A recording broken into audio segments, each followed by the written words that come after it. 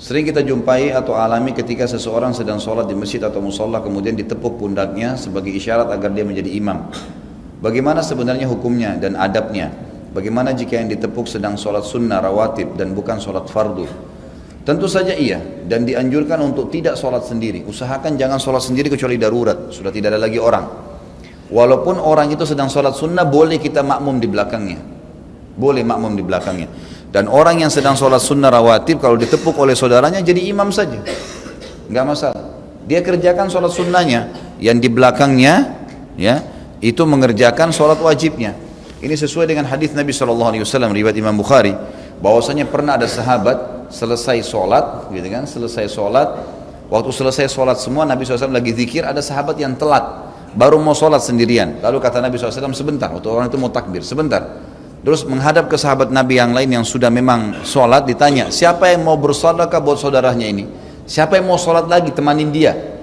Maka Abu Bakar berdiri, ya, lalu menjadi imam. Abu Bakar jadi imam ya, padahal Abu Bakar sudah sholat dan ini sudah hukum sunnah bagi Abu Bakar. Beliau jadi imam dan orang itu jadi makmum.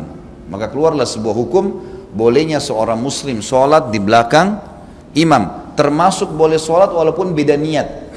Misal, kita musafir nih, sama teman-teman semua satu bus misalnya. Kebetulan waktu teman-teman yang setengah bus ini sudah ya, sudah punya wudu ya. Begitu masuk masjid mereka sholat duluan. Setengah lagi antri wudu kemudian masuk masjid. Rupanya yang setengah tadi sudah sholat duhur. Sekarang mereka mau sholat asar. Kita belum sholat duhur. Boleh kita ikut jadi makmum. Mereka niatnya asar, kita niatnya duhur. Gak masalah ini. Jadi boleh beda niat sama imam. Boleh juga orang yang sunnah menjadi imam, gitu kan? Jadi usahakan memang tidak sholat sendiri. Usahakan tidak sholat sendiri. Dan kalau ditepuk jalankan aja sendiri.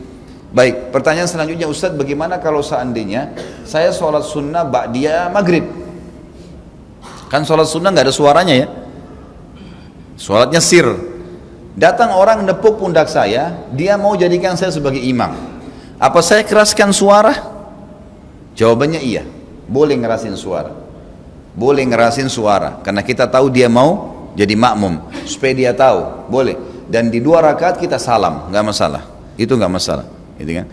Karena memang ada hadis Nabi SAW yang berbunyi al-maru ala dini khalil, hadisnya al-maru maliku li nafilati, seseorang pemilik sholat sunnahnya.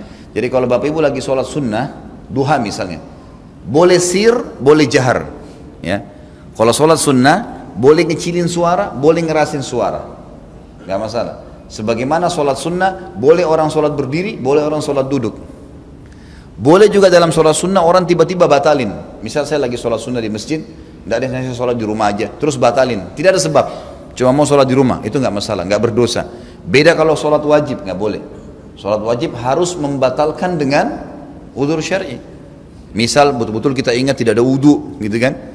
Mungkin, atau kita sudah sholat tadi ternyata kita ingat, oh saya sudah sholat tadi kok sholat lagi, dibatalin, ada udzur syar'inya, maka itu baru boleh. Kalau wajib, kalau sunnah Allahu a'lam boleh saja dilakukan. Dan termasuk tadi saya katakan masalah jahar atau mengeraskan suara kalau kita sedang menjadi imam buat saudara kita, sebagaimana kasus Abu Bakar menjadi imam tadi untuk sahabat tersebut tadi yang telat. Allahu a'lam.